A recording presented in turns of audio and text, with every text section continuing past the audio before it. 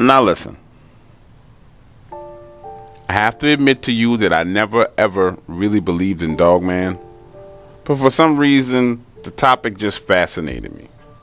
So I listened to a number of stories on YouTube and decided that I would go out and take a look for them. But the very first problem I ran into was I discovered that a number of these stories that people are telling just aren't true. So then I started listening to interviews. You know, the kind of interviews where people tell where they actually had their encounters and what city and town and state. But I had no luck with that either. It wasn't until I started tracking a few of the strange news stories, missing people, dead farm animals, and swamp animals, that I finally got on the right track. I ended up traveling down south to Louisiana, into the marshes and islands south of Morgan City. Now, before I go any further with the story, let me tell you this. To those of you who are thinking about doing what I did, I'll say this. If you're willing to risk your life and limbs just to see one of these creatures, it's possible. However, after what I experienced, I think that you should under no circumstances ever, never ever, go out looking for these dogmen. They're smart, tactical, and vicious. Anyway, back to the story. Through my research, I found out that hunters and fishermen were finding dead deer and pelicans washed up in the bayous. These things were half eaten and torn apart. The deers had their necks broken and had claw marks all over them. You see, the locals in Louisiana called this creature that I was looking for the rougarou. I called it the Dogman. So I made a contact with a few people. And I headed down to New Orleans, and then from New Orleans to Morgan City. Once I hit the city, I wasted no time getting out to the swamps. I was only going to be there for 5 days, so I wanted to get moving. And to be honest with you, the first 4 days I was there was completely uneventful. It was on the morning of the 5th day that stuff started to happen for me. You see, I was having breakfast at this local diner when this boy walks in. And by boy, I mean he was no older than 19 or 20 years old. He walks up, sits down across from me, and says, "Mister, you the guy that everybody's saying looking for the rougarou?" Now, this dude seemed paranoid and shaky. You know, he was fidgeting and moving around, and his eyes kept darting left to right. I said, "Yeah, I'm looking for the rougarou." "What you plan on doing?" he said. That's when I told him, "I just want to know for sure that they actually exist." This boy looked at me and started giggling and laughing. He said, "Oh, yeah, I can assure you that they're real." "How much you paying for the information?" "You pay me, I'll give you the coordinates to where they're going to be." I looked at this kid and I figured, look, maybe he's trying to hustle me for a few bucks, but I'll give him $50 just to check the coordinates out. So I say $50. That's when he looks at me and says, $500. Them people on them TV shows that's been coming down here, they've been paying thousands of dollars for this type of information. Now I found myself in the middle of a negotiation with a dusty, dirty little Cajun kid.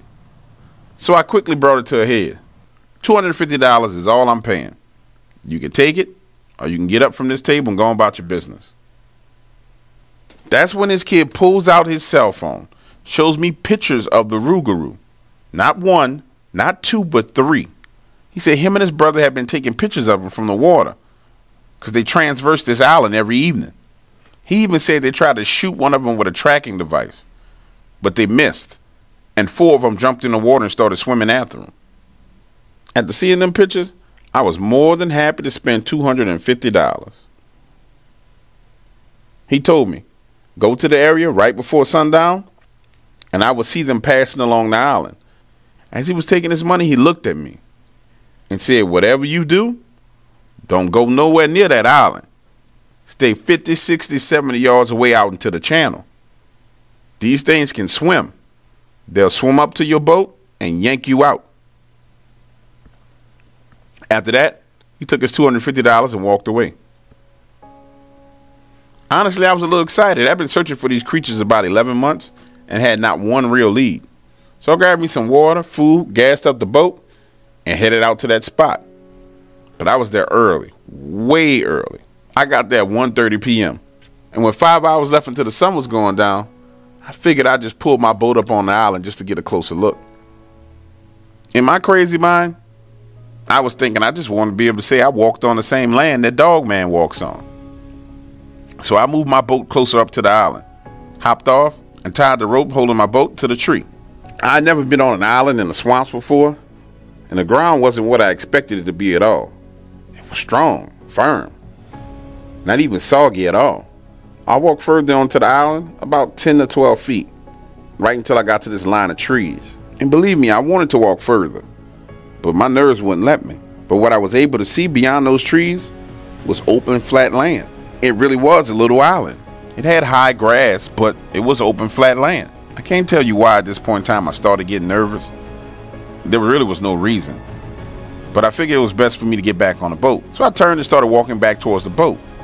And that's when I saw it for the first time. Dogman footprint. This thing was big. And what I mean by big is, you know how you go to one of those kids' birthday parties and they have those little small brown plastic plates where you can put a few sandwiches and a piece of chicken on? Well, take one of those, turn it over and press it in the ground. That's how big the front pad of this print was. That's huge.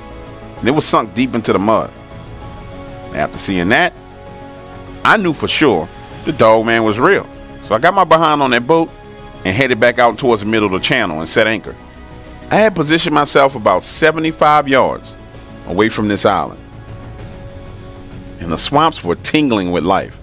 I mean, pelicans flying, fish swirling, crickets chirping, frogs croaking. It was absolutely beautiful. And with the exception of the mosquitoes and bugs, it was picture perfect. But as it got closer to 5 o'clock, a line of boats started coming down the channel, passing me one by one. These were fishermen heading back in for the day. What else was cool was that I had never ever seen a shrimp boat. These things have these massive nets that hang on each side of the boat, and it was cool.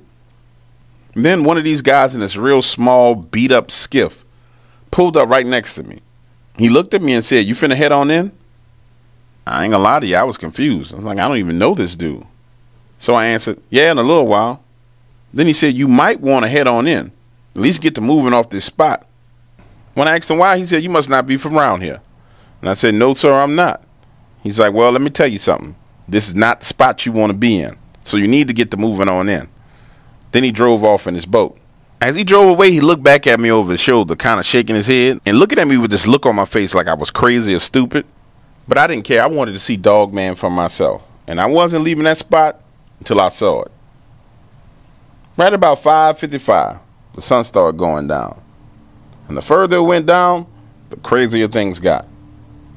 The first thing I saw was two big alligators, 10 to 12 feet long, come running off that island.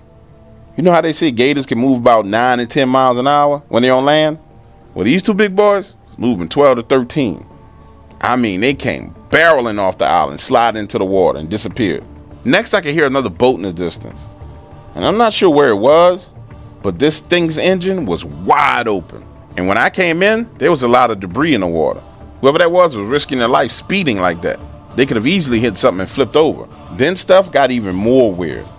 Everything in the swamp went silent. And when I say everything, I mean everything.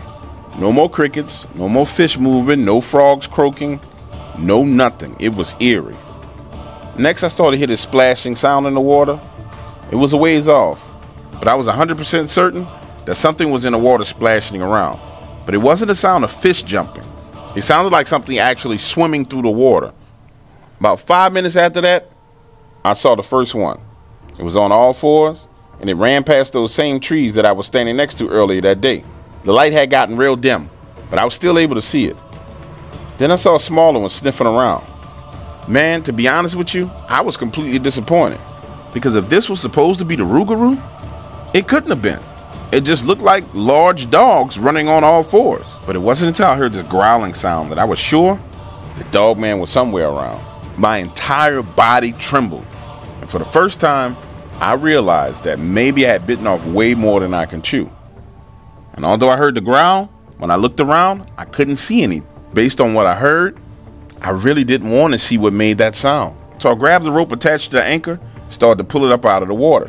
That's when I hear the sound of another boat coming down the channel. And this thing is moving. It has the lights on in front of it and is headed directly towards me. I start to wave and swing my hands trying to signal them and let them know that I was there. And right at the last second, they swerve and turn away. And it was crazy. Because you know how it is when you're driving in your car and you pass by another vehicle and you get a quick glimpse of the person through their window as they're passing by? It was just like that, except for the guy was looking at me and pointing to the island. Then the wake from his boat tossed me and shook me a little bit, making me drop the anchor back into the water. And while I was stumbling around on this boat, trying to regain my balance, I heard that growling sound again. This time, it was way louder and much closer. By now, there's absolutely no light left, and I'm freaking out. And what you have to understand is this boat passed on the right-hand side of me, and the island is to the left. So the wake was actually pushing my boat closer and closer to the island. I was in danger. I knew it and I felt it. Although I didn't see anything at that point in time, I knew my life was in mortal danger. So I grabbed the rope and started pulling the anchor up again. And in the back of my mind, I already know the more I pull this anchor up, the closer and closer I'm going to drift to this island. So I start pulling as fast as I can and get the anchor up on the boat. And as I'm maneuvering my body to get behind the steering wheel of the boat, I start to hear this rustling sound, which instantly let me know that I had drifted way closer to this island than I wanted to. So I crank the engine, throw the boat in reverse, and start wheeling it around so I can turn and go in the opposite direction. As I'm turning, I flick on the floodlight right at the front of the boat, and it slowly starts to illuminate that water in the channel and the island itself. And all I can tell you is that what I saw completely messed me up. As the boat turned and that floodlight illuminated everything, right on that spot where I was about 4 hours earlier, I saw a creature. This thing was 9 to 10 feet tall and standing on 2 legs. It was looking right at me. And about 10 feet out from the bank into the water were 2 more of these things. I couldn't see their bodies, but I could see their eyes, snouts, and ears poking out of the water. Man, now some people are going to think I'm lying, but I know exactly what I saw. Those eyes illuminated this orangish yellow color. For a split second, I thought it might have been gators, but their eyes illuminate red at night. This color was an amber orange color, and it was bright. And unlike an alligator, these eyes were huge. Man, I hit the throttle on that boat and got the hell out of there. When I reached the boat rental dock, I got out, walked up there, handed the owner the keys, got in my truck, and drove until I was 250 miles away from them swamps. Only then did I start to feel safe. I got me some coffee, and after that, I drove until I was completely tired and was about to pass out. I pulled over at a well-lit truck stop and slept. A few hours later, I drove again and kept on driving all the way till I got home. After seeing these creatures, I was so afraid. When I got home, I took every book, every article, everything I had about Dogman and burned it. Not only are they real, but they were about to kill me.